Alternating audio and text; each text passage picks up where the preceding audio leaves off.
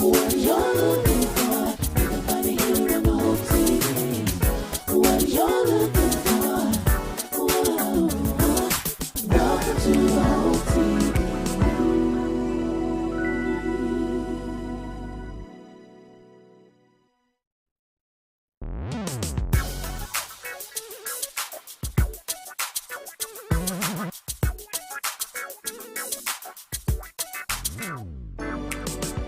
What you're looking for, you can find it here on the Hope TV. What you're looking for, what you're looking for, you can find it here on the Hope TV. What you're looking for, whoa, welcome to the Hope TV.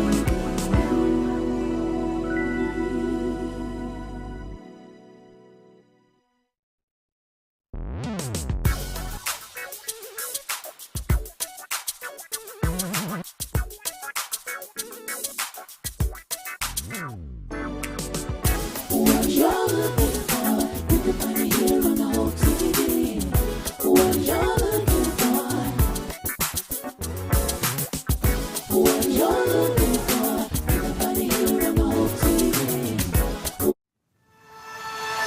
Lover, don't you want to get down, down, down, down? Lover, don't you want to get down, down, down, down? Lover, don't you want to get down, down, down, down? Lover, don't you want to get down, down, down, down? And I can make you wanna say, I'ma turn it up and then I'm gonna take it back. I can make you wanna go, never make it out. You've never figure it out. Hello, Lover, don't you want to get down, down, down, down? Lover, don't you want to get down, down, down, down?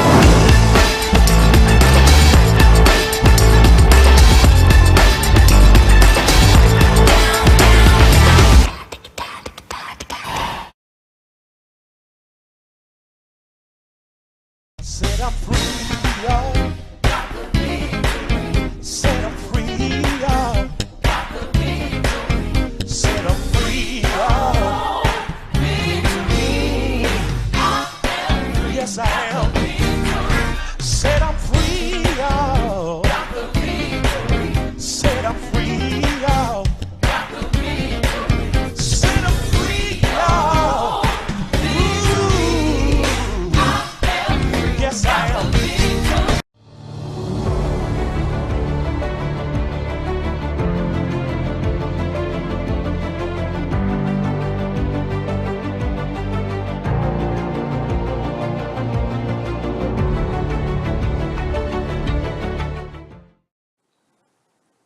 Well, good morning, good morning, good morning. Hey, this is the day the Lord has made, and we're here to rejoice and be glad in it. I'm so excited and so ecstatic that you've tuned in to the Hope TV to get another daily dose of hope. So excited to have you here with us here at the Hope TV, where our aim is to present entertaining faith.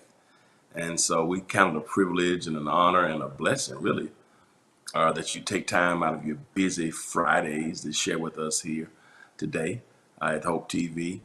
We try to bring inspiration daily and entertaining faith. And so I appreciate you for being a part. It's exciting. It really is that we have a privilege just to exchange in a world that desperately needs hope, that desperately needs inspiration.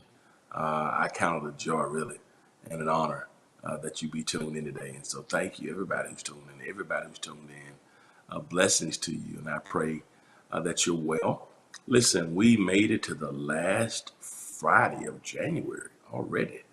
I mean, man, it seems that we just brought the new year in, and here we already made it to the last Friday. And that's exciting. And I'm thankful to all of you who just been surviving and making it and getting through the difficult moments. And we're here. And right on the brink of another month, getting ready to enter into month number 2 of 2022. And certainly that's a privilege and a blessing. So I'm thankful to all of you who've been rolling and rocking with us here at Hope TV. And we're here for Morning Dew and Deeper Dive Tuesdays, Thursdays, and Friday. Of course, today's Deeper Dive. So we're going to close this Friday, the last Friday, out with a Deeper Dive. And I want you to drop me a line and let me know the city and the state and the country from whence you're viewing. We take your viewership very, very seriously here. So I want to hear from you. Drop me a line. Y'all go ahead and drop a line. Let me know the city. Let me know the state. Let me know the country. We thank you so very much. Blessings to you, Tina, from Fort Valley, Georgia. Appreciate your viewership and your consistent support. Drop us a line. Let us know the city and state and country. And while you're watching, go ahead and share this link with somebody. Let them know that Hope TV is on the airways, a deeper dive. We're going to go deep this morning, and I'm excited about it. And missed you on last Friday. I was traveling last Friday. I had to go to a conference in Phoenix, Arizona. Shout out to Dr. Terry Mackey and the great people of the Pilgrim Rest Church out in Phoenix, Arizona. I was part of their virtual conference last week, their hybrid Fresh Rain conference. And so couldn't do Deeper Dive last week live because I was on a flight headed to Phoenix. And certainly I thank God for safe travels out to Phoenix, to and from. And so I prefer to do these. So sometimes, it happens, but I'm grateful that I'm back with you this week. And so blessings to everybody who's here. Last week also was my brother's birthday. So shout out to my brother Corey on his birthday. Back blessings to you, Pastor Cecilia Garrett. Honored to have you here with us. What a blessing. Good morning to you as well. Appreciate you being a part today. And means a lot. So drop me a line, everybody. Drop me a line. Y'all come on in the room. Come on in the room and get this daily dose of hope. So let me know the city and the state and the country. Tag a friend. Let them know that we're on live. Let me know when you're Connecticut. Okay, absolutely. Absolutely. I've been in Connecticut a few times. Bridgeport. I've been to Yale a couple times. So beautiful, beautiful place in Connecticut. Indeed. Y'all drop us a line. Let me know the city, state, country from which you're viewing. Everybody, drop me a line. Y'all get on the horn. Get on the horn. That's right. A fruitful Friday. I love it. Y'all come on in the room today. Come on in the room and let me know where you're watching from. Y'all come on in this room today. So y'all can come on and get this daily dose of hope with us. We're going to have a great time today. It's going to be a great time of conversation. And it's going to be exciting. So I look forward to y'all coming on in the room and talking to me today.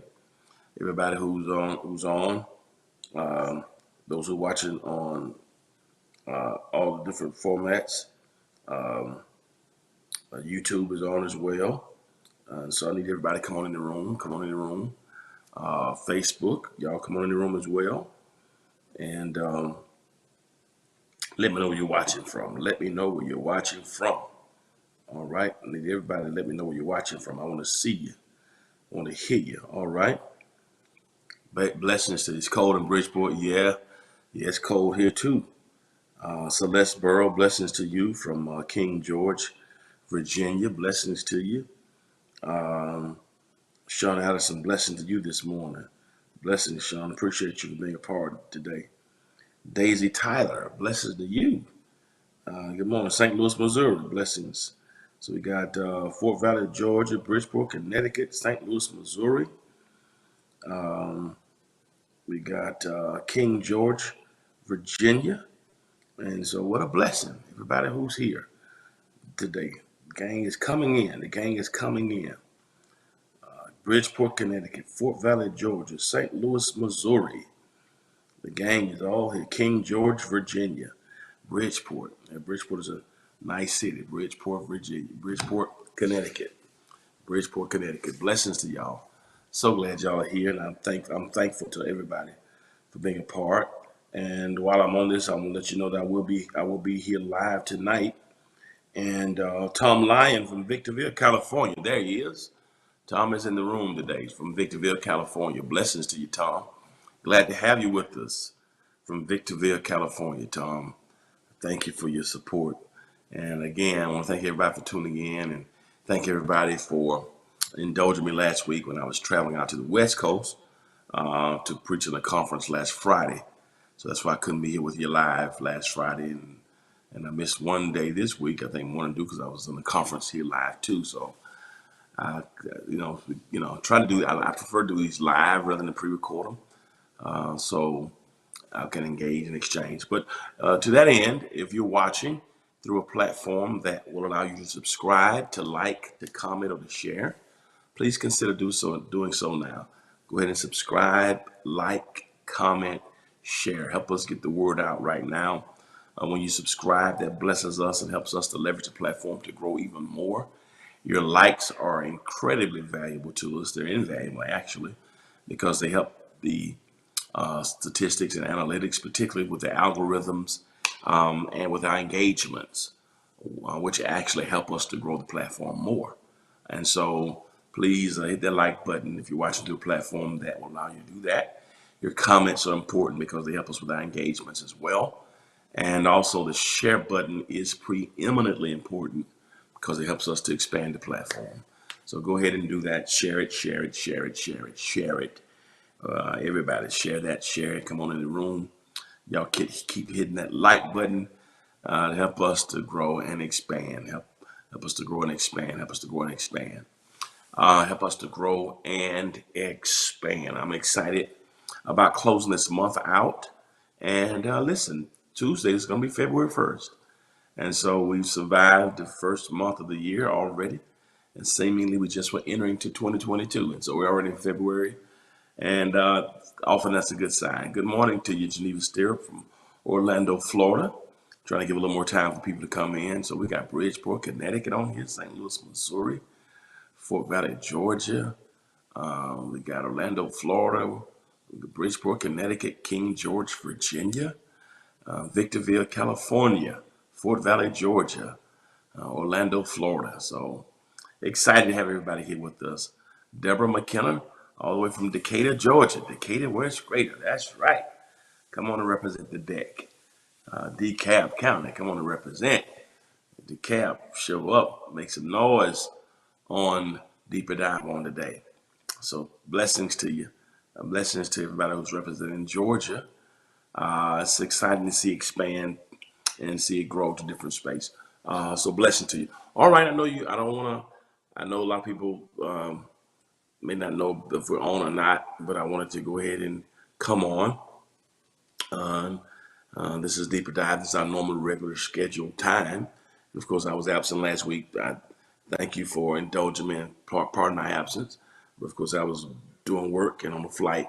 I headed to Phoenix, Arizona last week. Blessings to you, Tasha. Glad to have you with us. And so I'm glad that you indulged me and hope you've been safe.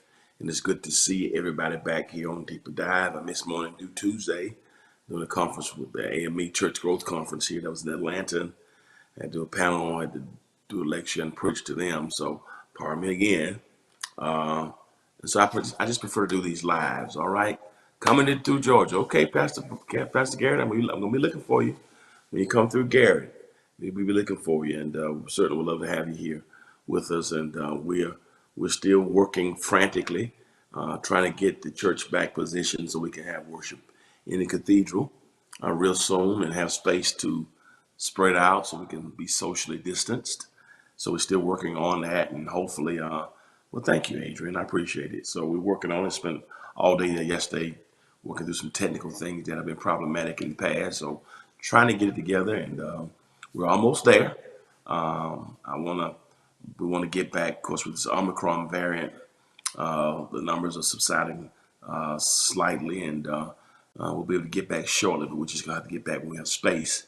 We can spread it out. I don't want people to be on top of each other. I'm just real kind of almost claustrophobic now when it comes to this Delta variant.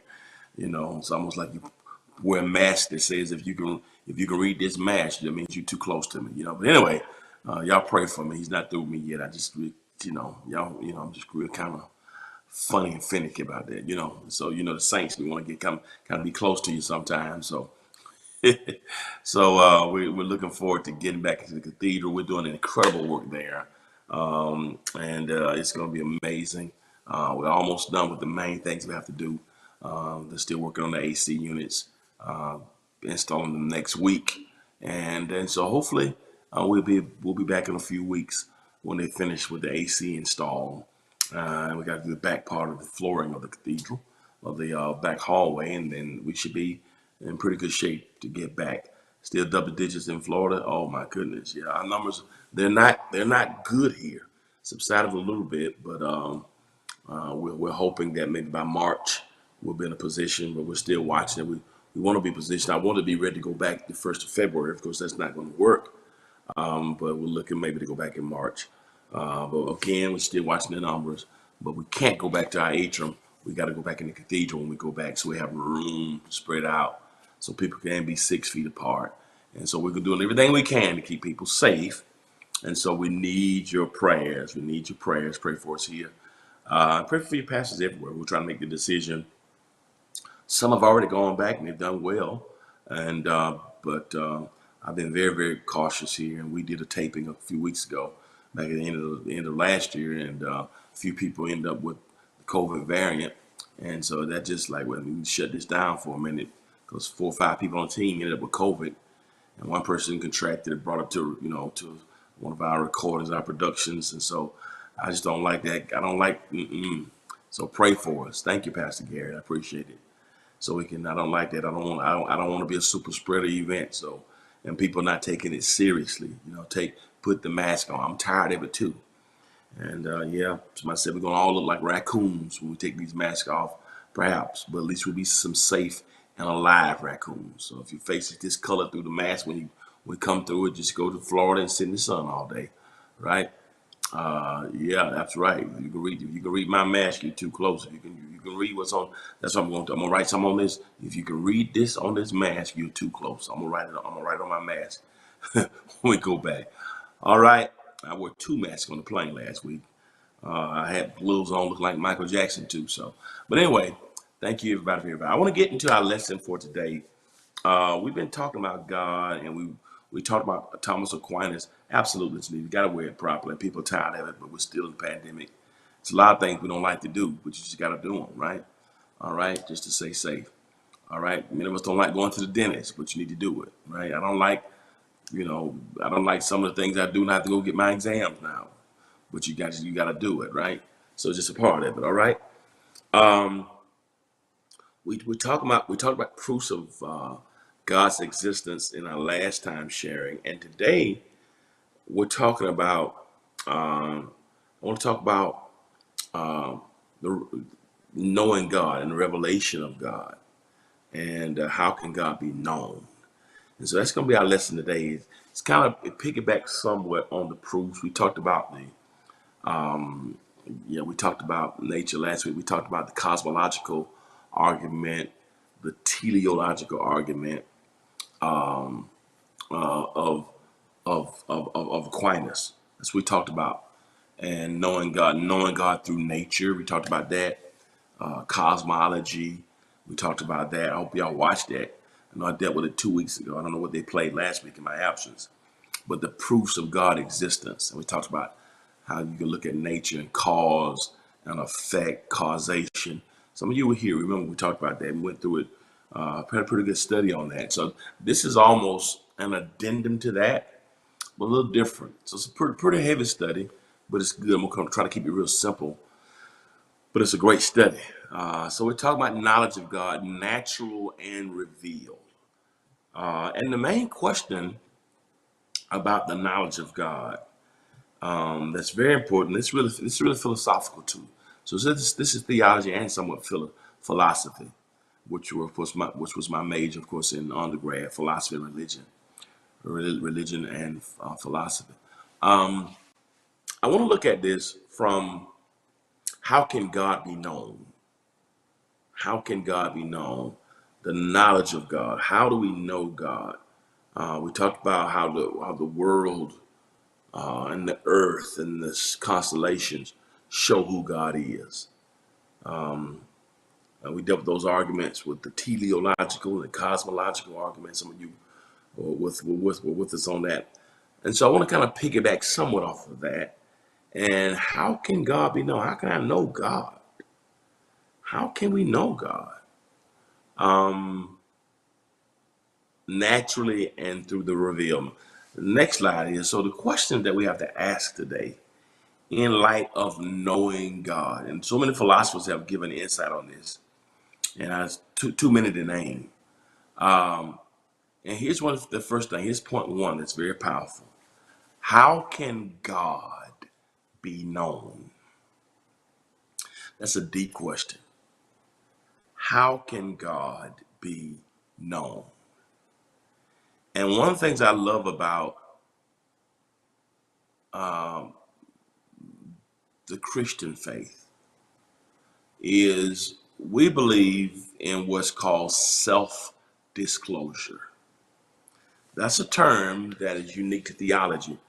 That is included in theology relative to God. Many have talked about the self-disclosure of God. What does that mean? What does that mean? That means that God self-discloses. That God self-discloses. That's self-disclosure. What is that? That means that God chooses to be known. That's one of the first things that makes our faith different, is that we believe that God chooses to be known. That's powerful. You may think it's simple, and it is simple, but yet it is complex. That the God of the universe chooses to be known. And so God chooses to be known. And not only does God choose to be known, so God's desire is to be known. God makes the choice to be known. And then once God makes the choice to be known, God makes this choice possible through self-disclosure in nature and human history. And it's very important that you get that, because we're talking about God. Philippians 3, Paul says, "Oh, that I might know him in the fellowship of his sufferings and the power of his resurrection." God chooses to be known. Now, I want to deal with that because God, the question we got to ask ourselves is,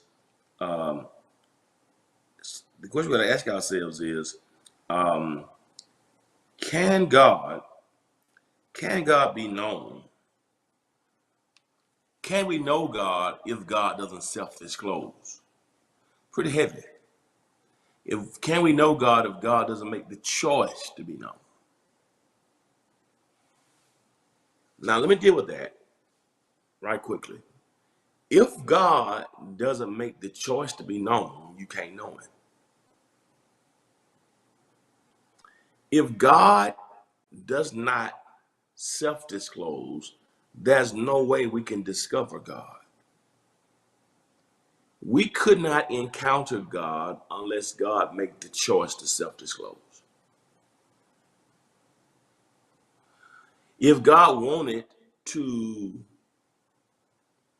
it's almost hidden self-disclosure.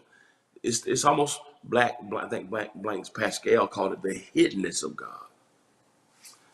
So there is a hiddenness of God, while simultaneously there is a self-disclosure. I probably should put that in your notes. So on that one aspect, we got the hiddenness of God. The hiddenness of God. When I was a boy, we used to play hide and seek. Sometimes we call it back home hide and go seek. Y'all remember that game? When you with your friends and somebody's got to put their hands on their eyes and they count to 20 or count to 10. And when they put their hands on their eyes, they count to 10.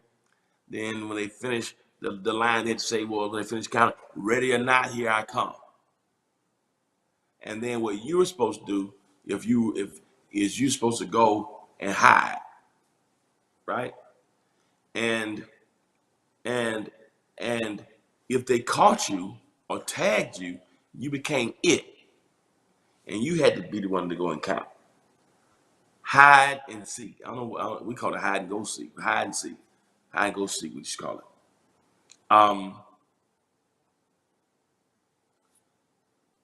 God is not the one.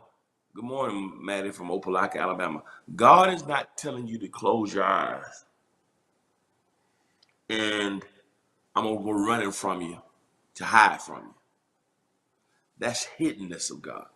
Because if God chose, listen carefully, if God chose to remain hidden, there's nothing you and I can do to know him. Just say something. If God does not choose to self-disclose, God will remain in perpetual hiddenness. I don't care who you are, what you think. Even though I think humanity was created with an inclination to worship God, if the God of the universe decided to stay hidden, remain hidden, there's nothing that you and I could do to know him. I think one of the blessings that we don't think about from a philosophical perspective is we don't think enough about the reality that God chose to self-disclose. That God chose to self-disclose. That God chose to be known. Woo! You ever thought about where we'd be if God didn't make himself known? His presence. So again, I want you to think about the small things and be grateful. The very fact that God self-disclosed is a major blessing. So that's the first way. You can't talk about knowing God or how can God be known without dealing with the reality of self-disclosure. I'm gonna come back to that in a moment, but I want to hit that because it's very, very important. Now let's go to point 2. I just got 5 quick things to give you on this. All right. Now, here's a theological word I want to give you. We talked about cosmology last week and teleological last week, cosmological argument. This word I'm giving you today is a pretty common word in philosophy and theology. It's a word that's called epistemology. Epistemology. I want you to add that little $3 word to your vocabulary. Absolutely. Thank you, Adrian. He thought of enough of us to self-disclose to us. That's beautiful, Adrian. Isn't that beautiful? It's really philosophical, but it's beautiful. It's beautiful. He thought enough of us to self-disclose to us. Isn't that wonderful? It's just the little things that we don't think about. We just take even knowing God for granted. But philosophically and theologically, you can't even know God if God didn't self-disclose. Right? The self-disclosure of God. I'm moving epistemology, but self-disclosure, it does a couple things. It reminds us of the awesomeness of God. How finite we are. Because I think we take just an understanding of God for granted. The fact that God loved us enough to self-disclose. Yeah, it was for one of his silence, you're right. Yeah, well, God wouldn't speak to him. But without God self-disclosing, we don't know him. Right? Now, here's epistemology. It is a theory of knowledge, and it deals with methods, validity, scope. Okay? Epistemology is the investigation of what distinguishes justified belief from opinion. So we're having an epistemological conversation here. For those who believe in God, that's a matter of epistemology, right? In other words, is your thoughts of God, my thoughts of God, are they opinion or are they or is it justified belief? Knowledge, the methods, validity, scope. Epistemology is the investigation of what distinguishes justified belief from opinion. Do you have opinions about God? Or is your belief justified? Is that belief justified? Now, people can have opinions about your belief, but I got reasons. I got a justified belief. Okay? It may not be fact to you, but But my justification for believing in God, I got justification for believing in God. If somebody asks you, why do you believe in God? The question I would ask you, would you give them opinion or would you give them a justified belief? How do you justify your belief in God? That's a deep question. If somebody says, do you believe in God? Well, I got an opinion about God. No. How do you justify, say, I know God, God knows me. How do you justify that belief? I'm not saying you have to justify it to others, but I think to yourself, to ourselves, we need to know, why do I believe in God? What is my belief in God? Upon what justification do I base my belief in God? Is it because of church? Is it because this is how I was brought up? I think a lot of people who say they have belief in God is really opinions. Because sometimes opinions don't have to be justified. People just can say people have an opinion of you. There are people who don't like you, never had a conversation. Sometimes people don't like you because they heard somebody else say something. There are people who don't like me who never had a conversation with me and just look at you or heard somebody else and they form their preconceived notions. There are people who watch you that you, work, and the people who watch you that think you're arrogant, don't know you the most you're humble. You down there, they don't know that. But they form opinions without any justification. It's possible to have an opinion of something. You know, there have been people I just didn't like, you know. It's like, why do you don't like them? What have they done to you? There's something about them. There's something in my gut. Well, I think that's not necessarily, I mean, it's one thing to have discernment about somebody, and that makes sense. But discernment should probably make you avoid somebody, but just, I don't like them.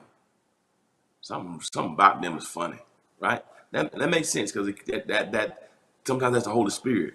But in other cases, people just don't like you for no reason. No, they can't tell you why, nothing you done to them, nothing about you, just don't like you. That's the opinion.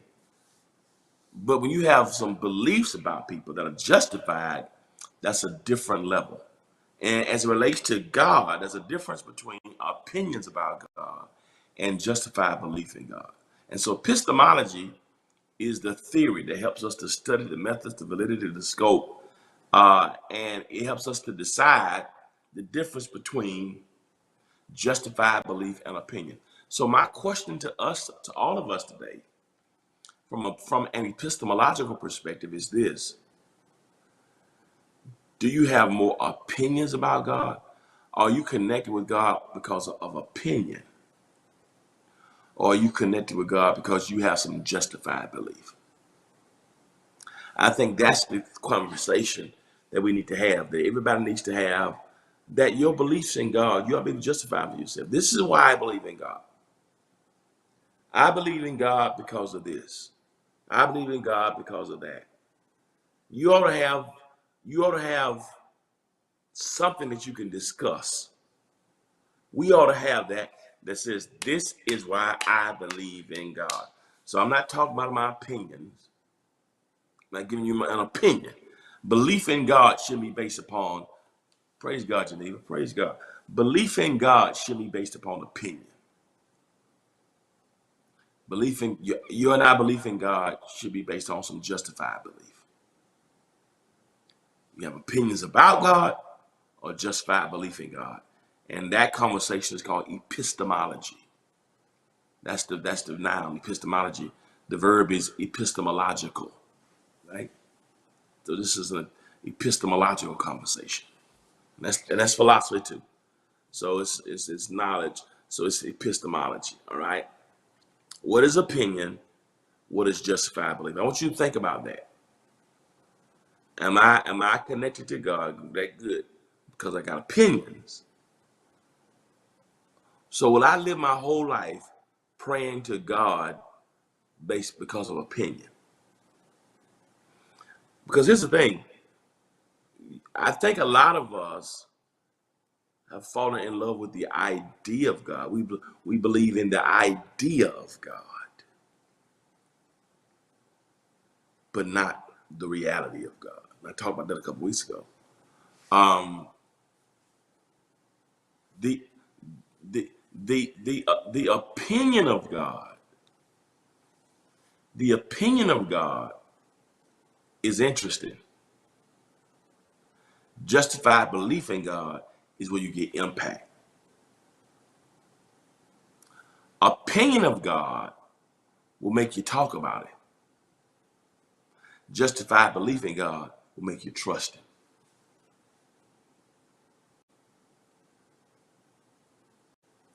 Opinion of God can sometimes make you say hallelujah when you get your way. Justified belief in God will make you hold on when you can't see no way. There's a difference between opinion about God and justified belief in God. And that difference, that scope, that range is called epistemology. And so we're having an epistemological conversation today to challenge us all about God. Am I opinionated about God? Or do I have a justified belief in God?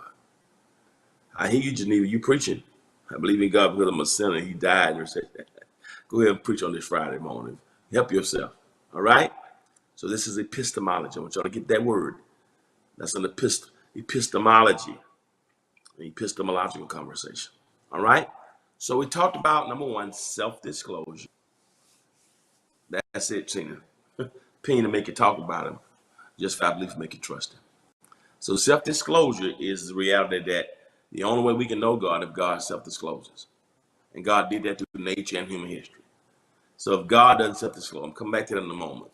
Two, epistemology is the second word I want you to get. How can God be known? Epistemology. And how do we determine the difference between opinion and justified belief? Adrian, that's it. There's a difference between knowing through intimate personal relationship experience. Y'all on it this morning. Number three. I'm almost done. Number three. I'm gonna let y'all go. Now this is a little deep. So God self-discloses, which means we can only know God. Bless you, Pastor Garrett. We can only know of God through what's called revelation. Revelation. When God self-discloses, that's called revelation. Revelation. Revelation. Every time God self-discloses, that's revelation. When God self-discloses himself, that's revelation. So we can know God through revelation.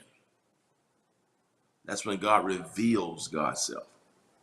God will reveal God's self through revelation in reliable and specific ways. Revelation. God will reveal himself. Okay? Now here's the problem.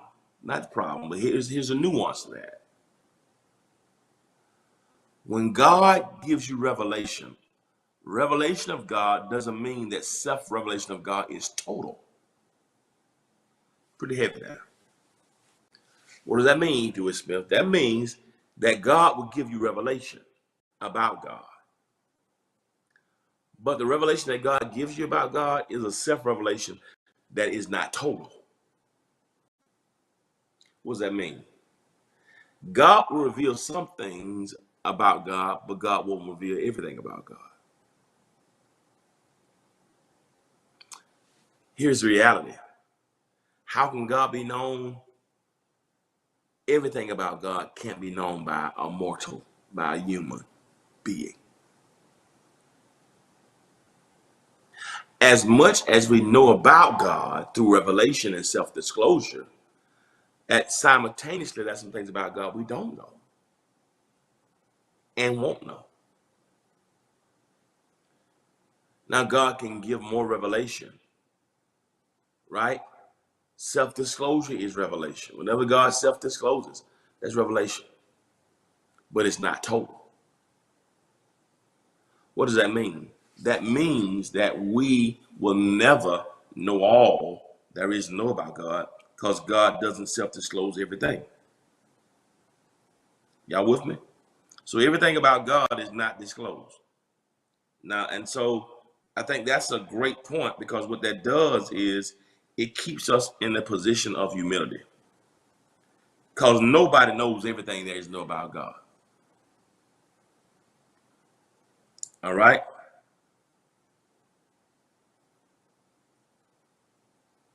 Y'all with me? Y'all with me? So everything about God, we won't know. Okay? God will reveal some things, but God won't reveal everything. All right? I'm going somewhere with this, okay? Y'all with me? God reveals some things of himself and conceal. You got it. You got it, Tina. So self-disclosure, so revelation does not mean self-revelation is total. So don't you ever think that you and I know everything there is. No, because we don't. Let me go number 4 right quick. Put it all together and let y'all go. Hope y'all walking with me? We're talking about knowing God. Because this keeps you humble. This keeps you humble. When you realize, wait a minute, yeah, I'm learning, but that's self-disclosure. But self-disclosure is not total disclosure. I like this. This is a good point. The revelation of God does not abolish the mystery of God. There's a phrase in Latin called the mysterium tremendum. The mystery of God. What does that mean? The mystery of God. So on one hand, we got revelation. On the other hand, we got mystery. We got revelation, we got mystery. We got revealed, we got concealed. In 1 Corinthians 13, I should have put this on your notes. Paul says something like this: we see through a glass darkly. We see through a glass darkly. What does that mean? Paul is saying some things that we can't see. Now, this is the apostle who went to third heaven and saw stuff was not lawful for him to utter. But he said, behold, we see through a glass darkly. He said, we know in part and we prophesy in part. Here's a man who speaks in tongues, who prophesies. He says, but my knowledge is in part. We know in part and we also prophesy in part. So all the stuff that has been revealed to us is still in part. So nobody has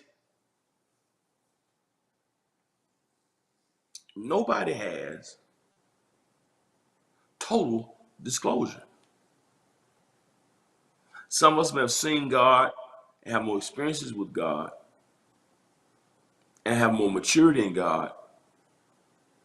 But the revelation of God does not abolish the mystery of God. And here's where it gets difficult for us.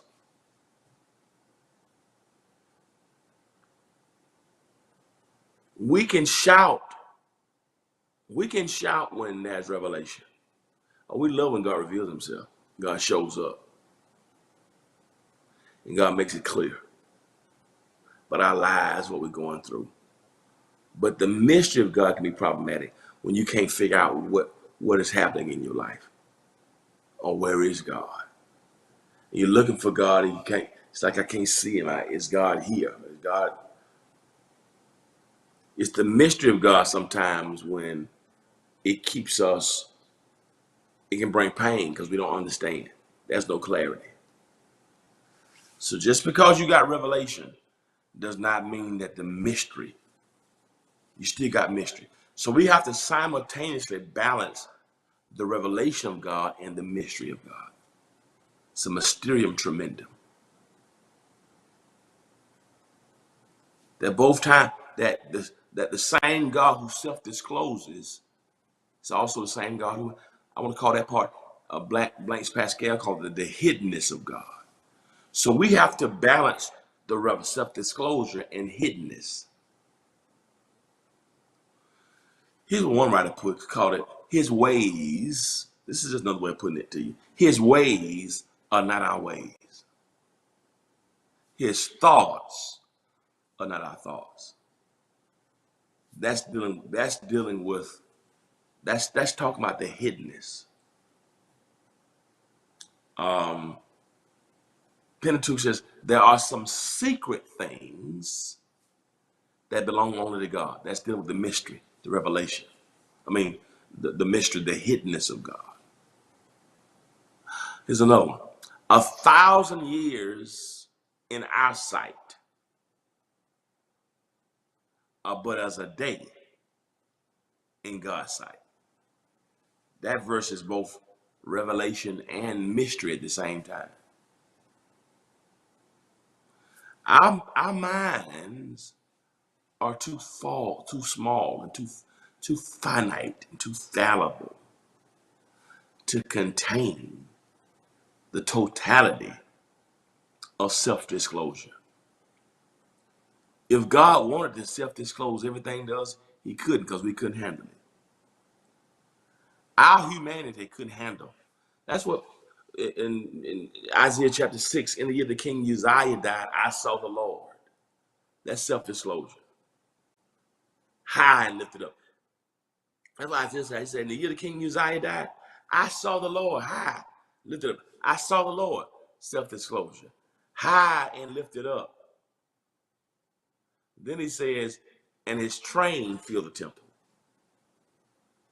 I saw him, but I only saw the train. You know, when a woman gets married, she has the long dress, and the back, the part that flows in the back is called the train. That's the imagery there. Isaiah says, I didn't see all of them. I didn't see the whole dress. God just put the train, and the train of his glory filled the temple. I couldn't get it all. Just the train. That's the mystery.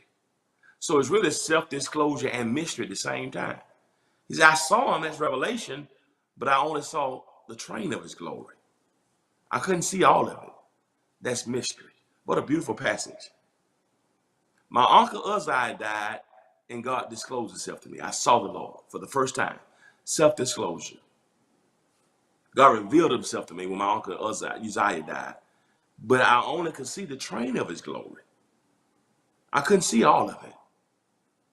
Something about him is still mysterious. God's whole glory couldn't penetrate the temple. The temple itself couldn't contain the totality of his glory. Woo! So even in the house of God, the temple of God, the place where God supposedly resides and inhabits, the temple was too mortal. The temple was too peripheral. The temple was too circumferential to handle the totality of the glory of God. The whole earth is full of his glory, but the whole earth does not contain the magnitude of his glory. That's what the cherubim said in Isaiah. The whole earth is full of his glory. That's it. That's Eddie Touche. I should have known you on here. So we got mystery and revelation at the same time. It's the mysterium tremendum. That's it. And the mystery, the revelation is something that brings celebration. The mystery can bring frustration. So Isaiah at one time speaks of both revelation and mystery in the same passage. In the year King Uzziah died, I saw the Lord. That's revelation. High, lifted up, and his train filled the temple. That's mystery. He reveals himself in tragic and death is up. We can't handle all of it. So God will reveal God's self in specific and reliable ways. but it's never all of it. Because we only see in part. We only know in part. We only prophesy in part. And now, and it may be frustrating when God doesn't reveal everything. When we can't put an epistemological gauge on it. It may be frustrating, but in the end, it's a blessing. Because when we allow ourselves to be caught in that balance of mystery and revelation, at the end of it all, it's going to bring by adoration because we allow God to be God. And do you want a God that you can totally contain? Do you want a God that you can totally understand? Do you want a God that you can totally comprehend? We can't comprehend today from tomorrow. That's something about life we can't comprehend. We can comprehend one day at a time. So if my small pea brain can comprehend everything about God, do you know how small that will make my God? I don't have to understand everything about it. It allows my faith to grow, it allows my trust to foment and be cemented. Because if I understood all about him, then I would be just like him. That's right, Sarah. He wouldn't be God. So as frustrating as the mystery is, the moments when God does not self-disclose.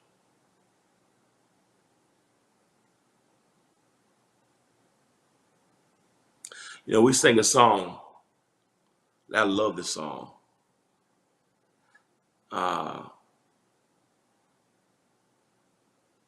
We'll understand it better by and by.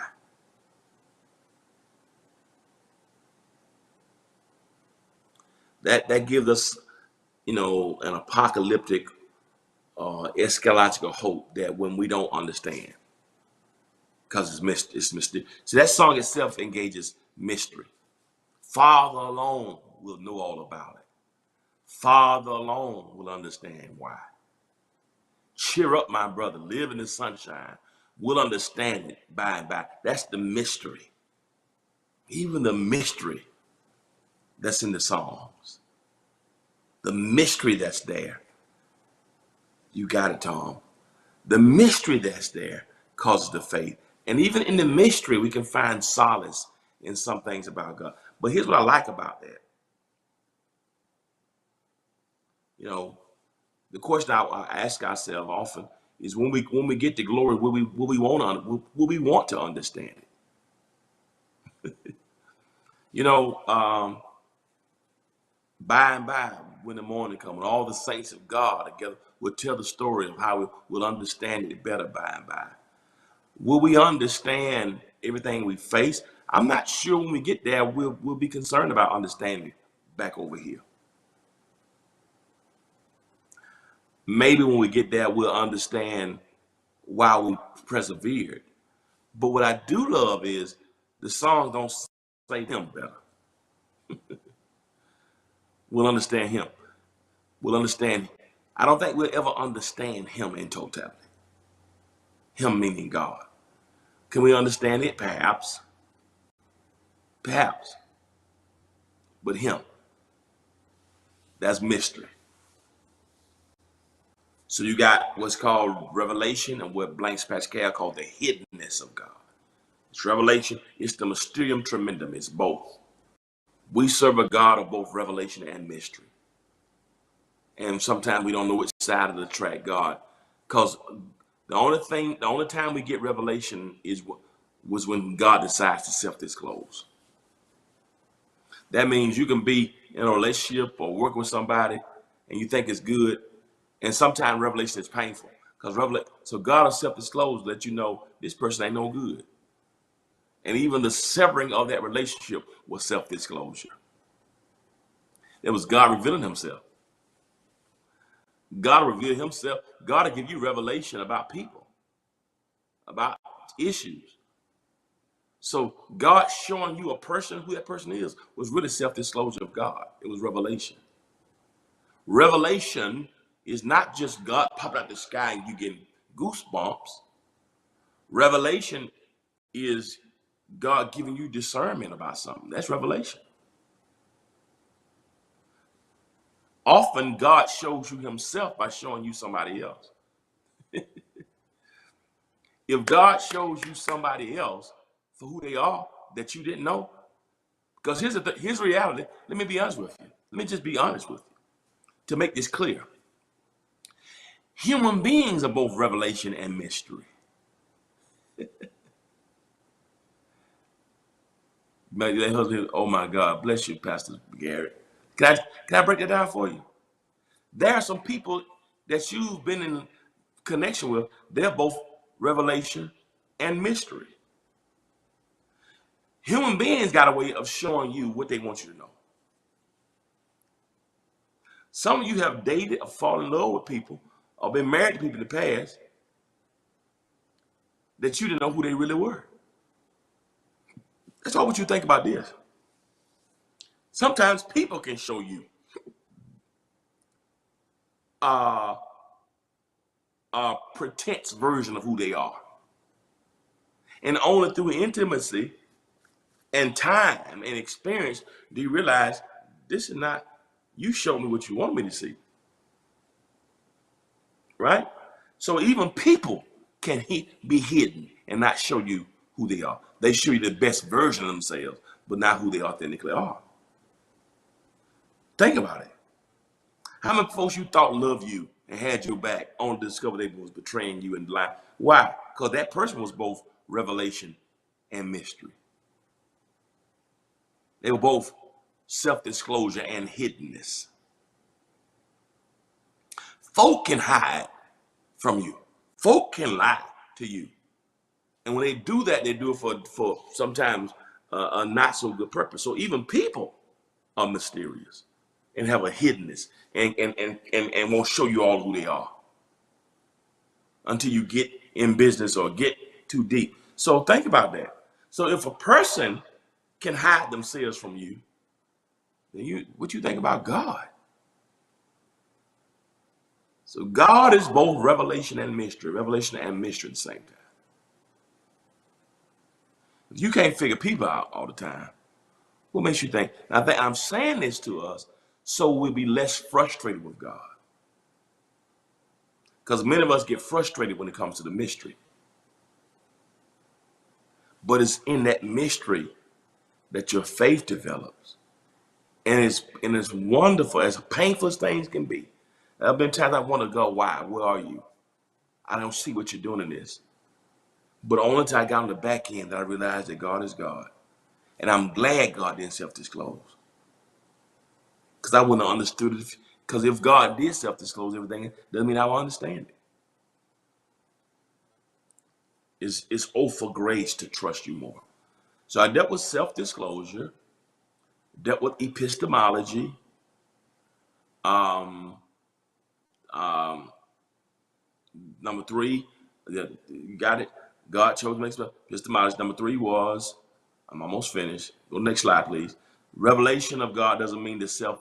Revelation does not mean that the self-disclosure of God is total. Number four, the revelation of God does not abolish the mystery of God. Number 5, I'm almost finished. There's always more of God that we can come to know. All right? So revelation, self-disclosure can be ongoing. Self-disclosure, God can reveal more of God's self. That's more of God that we can know. God can give it in process. It's almost like a class. Once you got to one dimension, it's possible to get to another level. It can be progressive. Self-disclosure of God can be progressive. So it's both self-disclosure It's both revelation and mystery. Teacher, I learned this. Yeah, always more God we can know. Now, that's a scripture. That's another scripture that I love. That speaks of both self-disclosure, of both revelation and mystery.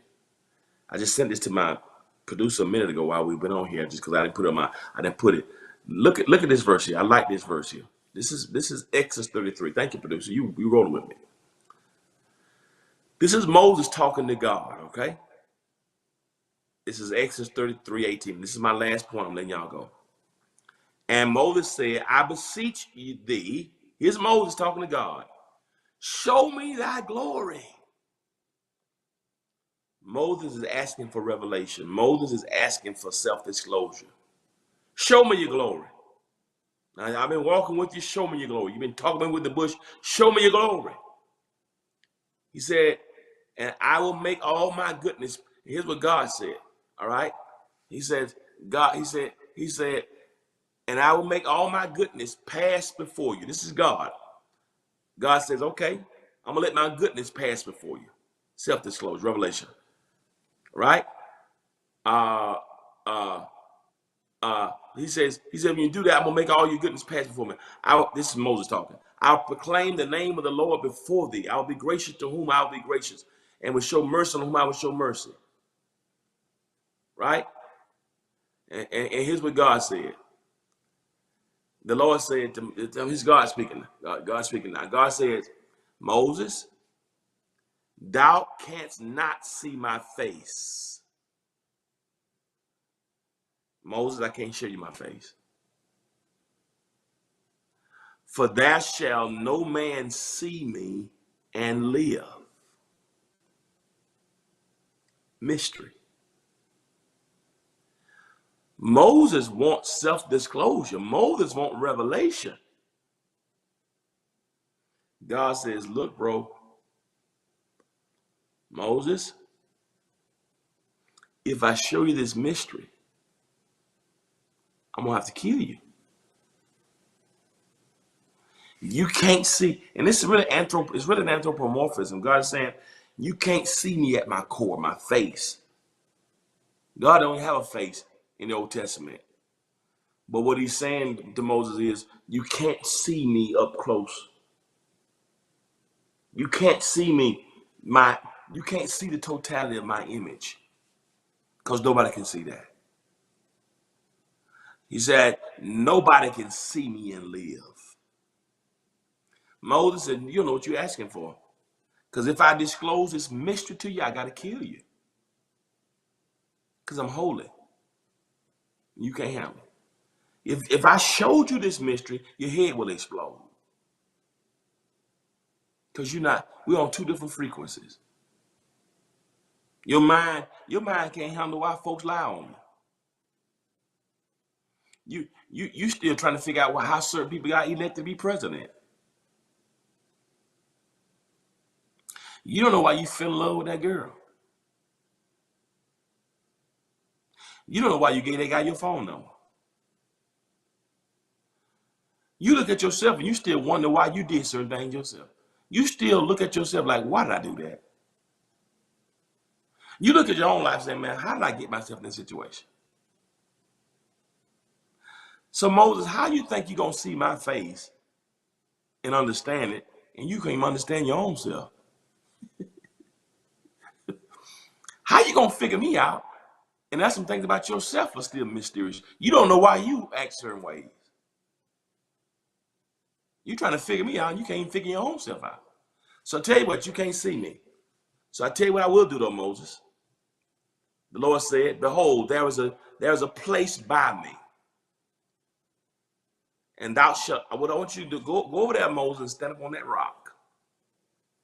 And when you stand on that rock, Moses, I'm going to have some self-disclosure, some revelation. It shall come to pass, I'm going to self-disclose. I'm going to let my glory pass you by. I'll put you in the cliff of a rock. And I'm going to cover you with my hand while I pass by. So I'm going to go up in that mountain, go up in that rock. I'm going to put my hand over your face, and let self-disclosure come by. I'm gonna get revelation, but it's gonna be revelation and mystery. While I'm passing by, that's my revelation. My hand's gonna be over your eyes. That's mystery. It's revelation and mystery at the same time, which is who I am. You want to see me? That's who I am. I'm both revelation and mystery.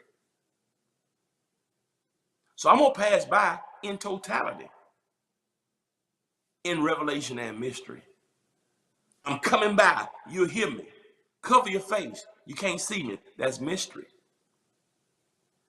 And I'll cover you with my hand while I pass by. And then I'm going to take my hand away. And thou shalt see my back parts. I'll show you the train like I did Isaiah. That's revelation. But my face shall not be seen. That's mystery. So Moses, I'm going to come by you. But I'm going to cover your face. That's mystery. When my glories pass you by, I'll move my hand. You can see my hinder parts, my back part.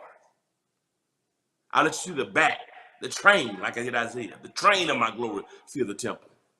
But you can't see me in totality. I'll show you enough. And what I show you will be enough that you can depend on. Woo! I'll give you enough that'll help you stay in there and finish strong. I give you enough of me. I'll show you enough to convince you. And I give you enough so you can hold on. I thank God that God has given you enough.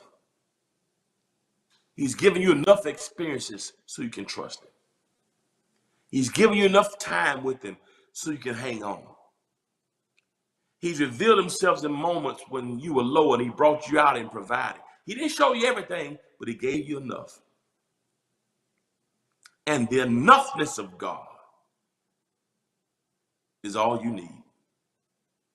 Not the totality of revelation, but his enoughness.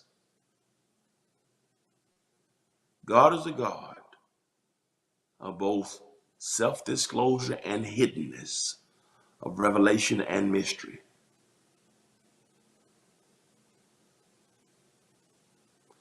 And when God does reveal, you didn't see everything about him. But when your loved one died and he sustained you and brought you through, he showed you enough. When you lost your job and the company shut down, but you didn't miss not one meal, he didn't show you everything, but he gave you enough. And if all I have is enough self-revelation, self-disclosure, all I have is enough revelation, I can complete my whole journey if I have enough revelation. Bless you from Carthage, Mississippi. And so as we close this month out, how can you know God? You never go, revelation will never be total, because it's always going to involve mystery. And mystery can be frustrating. But thank God for his enoughness. I know enough of him. I've seen enough. I've seen God do enough. Matter of fact, sometimes I tell him, if you never do another thing for me, you've already done and showed me enough to make me trust you for the rest of my days. As much as I want to know more and grow more and see more, if you never show me one more iota of who you are, I've seen enough to know you're reliable. I've seen enough to know I can trust you. I've seen enough to know that you'll take care of me. And I want you to know today, don't let the moments of mystery, when you can't see God or can't feel God or don't understand God, don't let the mysterium tremendum, don't let when you're on the balances of an epistemological moment, don't allow the mystery and the pain of a moment to make you forget the moments that God has self-disclosed. and the innumerable times that God has given you revelation about him, about people, about yourself. So God is both revelation and mystery, self-disclosure, and Blanche Pascal, hiddenness of God. So as we navigate self-disclosure of God and hiddenness of God, somewhere in the middle, you can find peace. I know enough. So old folks said, you can't make me doubt it. I know too much about it.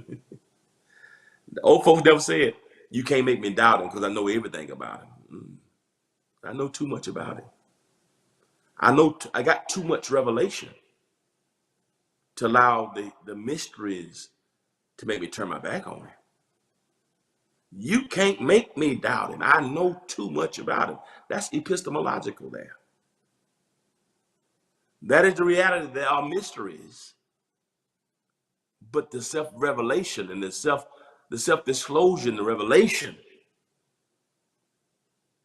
has given me enough that I can handle whatever's mysterious. Asking for revelation. Moses did. That's it. Know too much about it. He may not show me everything. He won't show me everything, and I'm glad he won't. Because he has to kill me if he does. Because nobody's seen his face and lives, he said. I'm going to show you enough to trust me. I'm going to show you enough to know I got you. I've already looked at your future. So you follow me. Just trust me. Stop trying to see the whole picture because you can't. Stop trying to figure everybody out because you can't. You can't figure your own self out. Lord, I can't tell you the time I looked at myself and said, why did I do that? Why did I do that? How did I get myself in this situation? Right now, I'm looking at myself and I look back over my life and I'm still trying to figure out now, what was I thinking? What is wrong with me? How in the world did I not see it? So you think you're going to know all there is to know about God? Some of us still trying to figure stuff out 20 years later, how you got yourself in this. You ain't figured out in 2 decades. You not can't figure ourselves out. What makes you think you're not going to figure God out? So at this point, God, help me to appreciate. I'm sorry one more time. Help me to appreciate the self-disclosure and the hiddenness, Pascal calls it, the hiddenness of God. Help me to appreciate the train of your glory when I can't see the totality of it. Isaiah says, here am I, send me. Not because he saw the totality, but because he saw the train. Isaiah said, you can send me. I ain't got to see all of you. I saw enough of you. I saw enough of your glory, the train of it, to make me commit the rest of my life in the year King Uzziah died. I saw enough of you to say, hear my son. I saw enough of me, enough of you to risk my life being killed as a prophet. I saw enough of you to commit to my assignment. I ain't got to see you in totality. Just let me see your train. I got enough. Problem with you and I, we let the mystery, we let the hiddenness blind us to the moments of revelation. If you're not new in the faith, some of y'all are watching me, have been with God so many times. God has revealed himself to you so many times. How dare you? How dare you forget about the train of his glory that he's revealed? Because you're mad because you can't get the totality of his glory. So help me appreciate both mystery and revelation. Give me enough. And your enough, the enoughness of revelation of who you are, moments you showed up, moments you reveal yourself, moments you reveal others, moments you reveal things to me, moments you provided, the moments you healed. Should be enough. So I believe in God not because of opinion. Let me get epistemological for a moment. I believe in God because I got enoughness. I've seen the train too many times. Don't need the totality. I've seen the train. I'm not worried about the mysteries unless he want to reveal them. Just keep disclosing what you want me to know. All right, I love y'all. I'll be back tonight for Friday Night Live. I gotta let this go because I'm just getting started. I just gotta quit this one because I was just getting warmed up. I couldn't get to my lesson, and I told you I ain't never stopped this. I ain't never finished the sermon. I just have to quit. This is just my introduction. But anyway, I love y'all. But God is revelation and mystery. Appreciate both of them because it makes him God. As always, I let y'all go. No, I gotta let y'all go. But as always, remember this: if you'll be good to God, our God of revelation and mystery will be good to you. Till next time, peace. Said I'm free, y'all.